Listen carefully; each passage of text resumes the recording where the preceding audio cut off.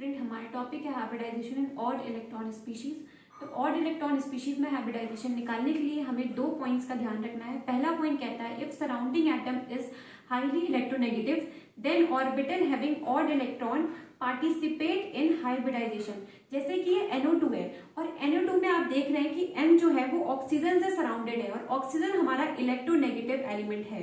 ठीक है, तो उस केस में हमें हाइब्रिडाइजेशन कैसे निकालनी है, तो हमें sigma bond plus lone pair, but यहाँ पे तो हमें अनपेयर्ड इलेक्ट्रॉन को देखना होगा। ठीक है, तो देखिए यहाँ पे 1 2 तो 2 सिग्मा बॉन्ड है और 1 अनपेयर्ड इलेक्ट्रॉन है और ये पार्टिसिपेट करेगा क्योंकि ये जो सराउंडिंग एटम जो हमारा है वो क्या है, हाईली इलेक्ट्रोनेगेटिव है। तो कितना हाइब्रिडाइजेशन हो जाएगा, 1s 2p। चलिए यहाँ पे आते हैं, यहाँ पे तीन सिग्मा बॉन्ड है और 1 अनपेयर्ड इलेक्ट्रॉन है, तो टोटल कितना हो गया 4। तो s और 3p, ठीक है, 1s 3p। दूसरा पॉइंट कहता है अगर सराउंडिंग एटम हाइड्रोजन है तो उस केस में orbital having odd electron will not participate in hybridisation.